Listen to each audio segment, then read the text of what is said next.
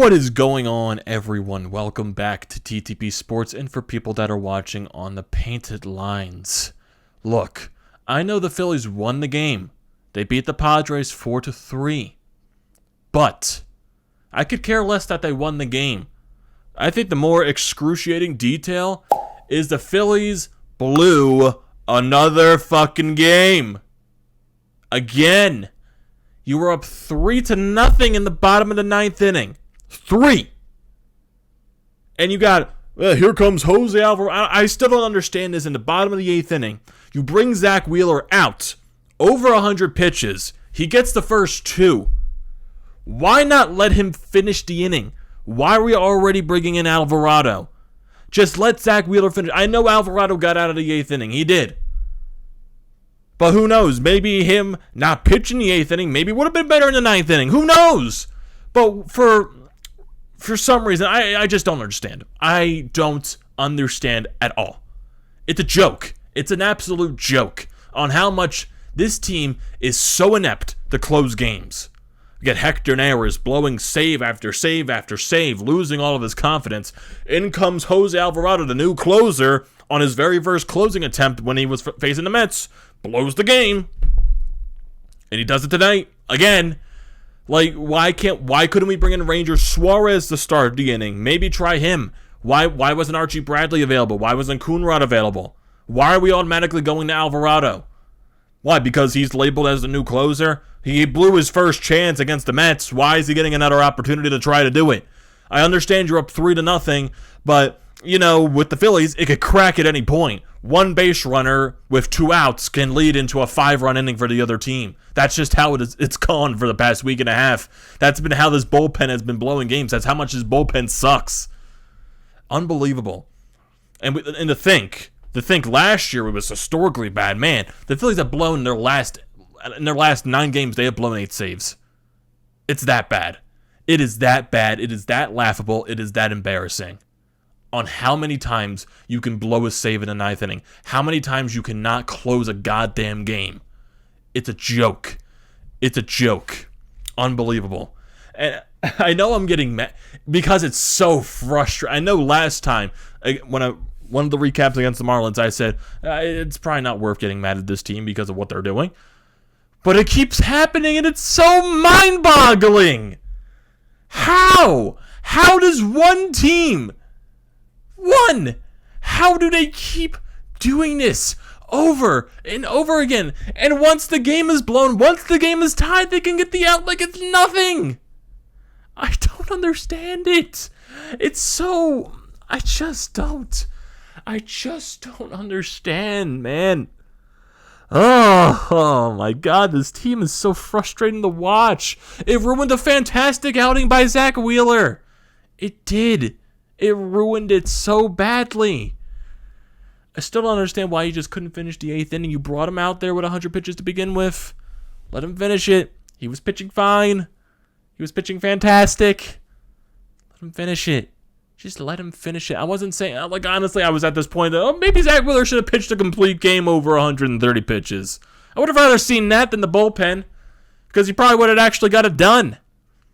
Even though risking injury probably would have been involved, but still. He probably would have gotten it done. Seriously, how does a line... When you blow a save in the top of the 9th inning, and then you're now forced to go into extra innings because your team can't win it in the bottom of the 9th, how is a lineup supposed to be confident? How is a lineup supposed to have energy going into extra innings? Because whenever they get the chance, the bullpen can give up so many runs.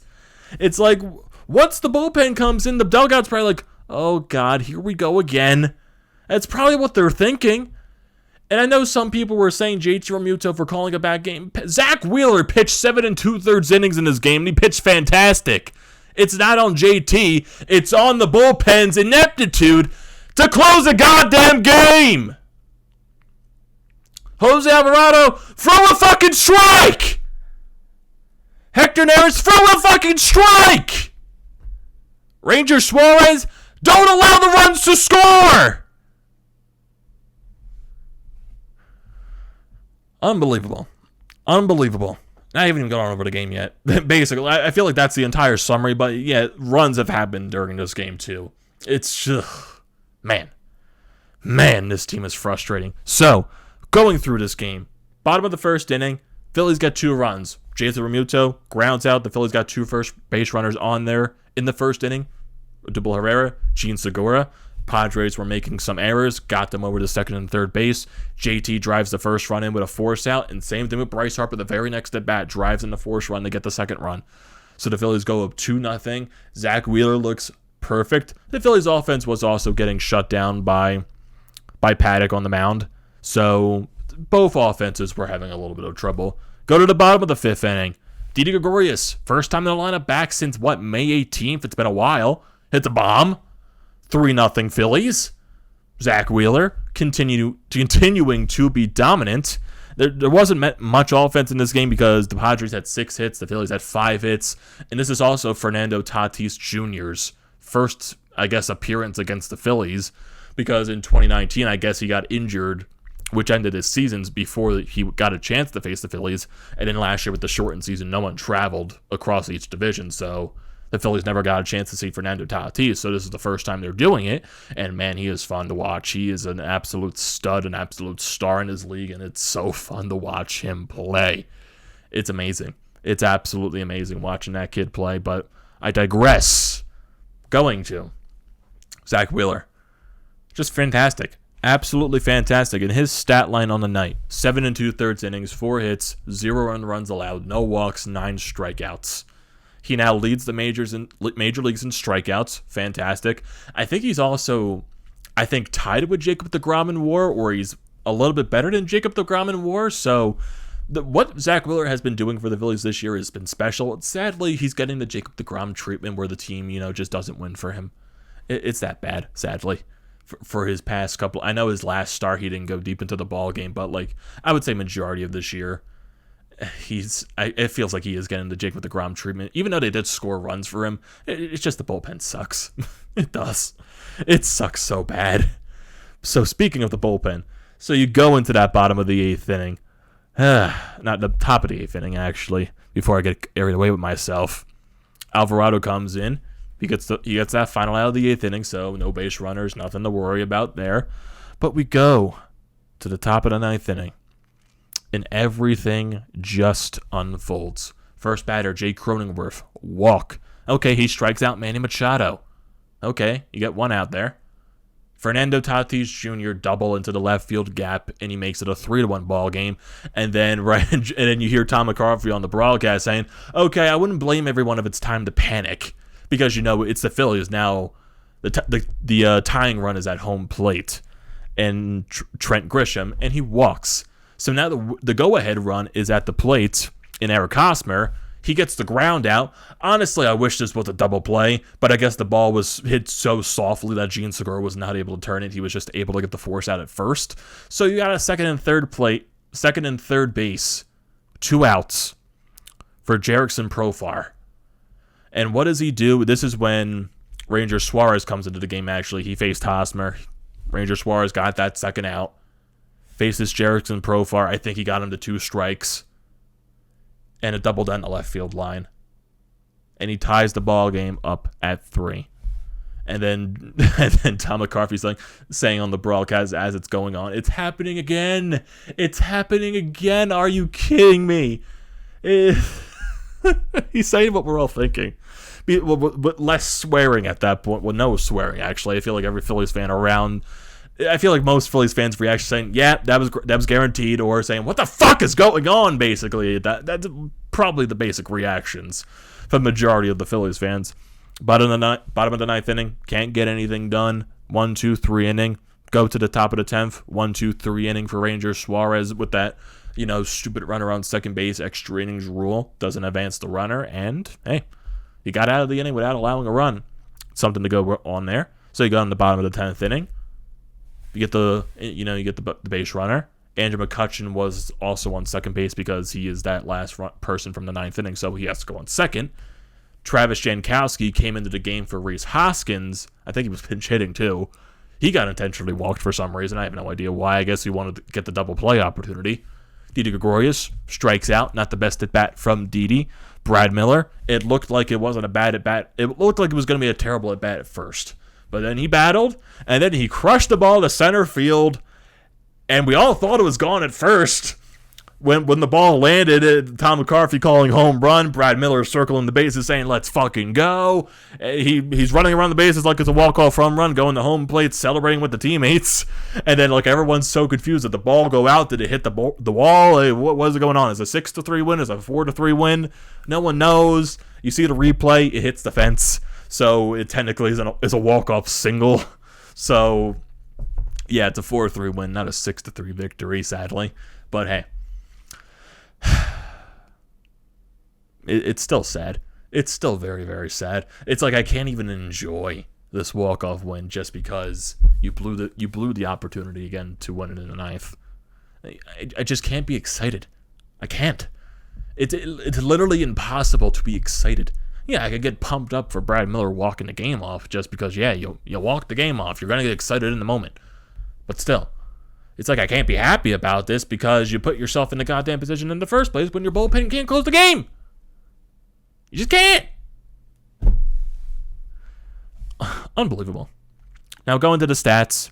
We read Zach Wheeler, so let's go to Jose Alvarado. Only got 2 outs in his appearance. 1 hit, 3 earned runs allowed, 2 walks, and a strikeout.